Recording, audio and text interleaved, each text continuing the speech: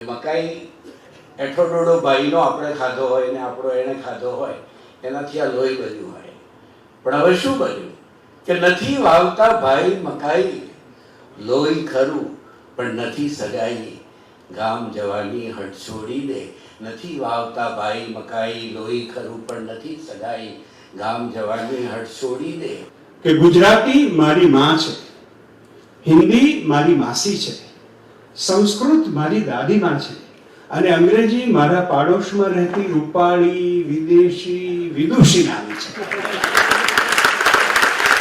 એ મને બહુ ગમે છે. મારી પત્નીના પરમિશનથી એને પ્રેમ કરીને હું બેસતા વર્ષે એની પાસેથી $501 લઉં છું. પણ મને ઊંઘ ના આવે તો હાલરડ તો મારી માં એટલે કે ગુજરાતી જ વાત.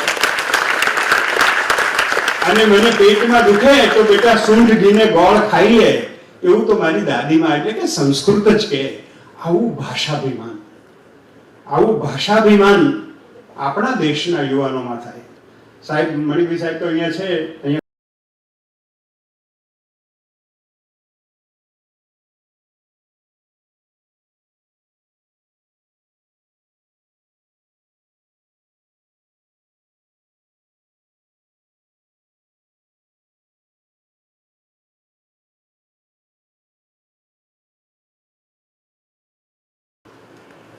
આમ તો આપણે જાણીએ છીએ કે આપણો ભારત દેશ વર્ષોથી સાંસ્કૃતિક વારસો તો ધરાવે જ છે, પરંતુ આપણો દેશ એક વિવિધતામાં એકતા ધરાવે છે.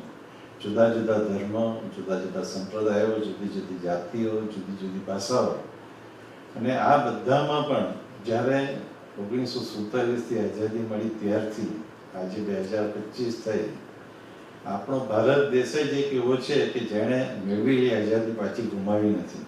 બીજા બધા દેશો છે, તમે જોઈ લો, પાકિસ્તાન છે, બ્રહ્મદેશ છે એટલે કે મ્યાનમાર છે, કે આપણું પાકિસ્તાન, આવા બધા દેશોએ એ લોકોની જે જનશક્તિ છે, જે લોકો છે, એના લીધે જ પોતાની આઝાદી પાછી ગુમાવી છે.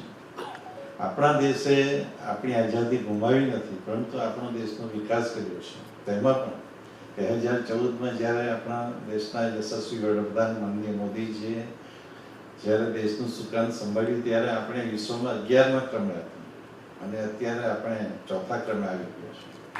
આ બધું સેના આધારિત છે અને સેના લીધે છે.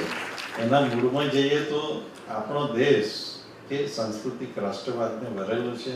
આપણી જે સંસ્કૃતિ છે, આપણે જોઈએ છે કે અત્યારે પણ પેપરમાં હતું કે 3000 ઈસવીસન પૂર્વે 3000 વર્ષ પહેલાની સંસ્કૃતિ આપણા ગુજરાતમાં મળી છે અને એમાં અનેક સંશોધનો ત્યાં છે. આવા અનેક વારસાના લીધે જ્યારે આપણે આપણો સાંસ્કૃતિક એટલે કે સાહિત્યકારો, કવિઓ, લેખકો એક સર્જન કરે છે, એવું સર્જન કરે છે કે એ સર્જનમાંથી દરેક માણસને પોતાનું ચરિત્ર ઘડવાનો એક મોટો અવસર મળે છે.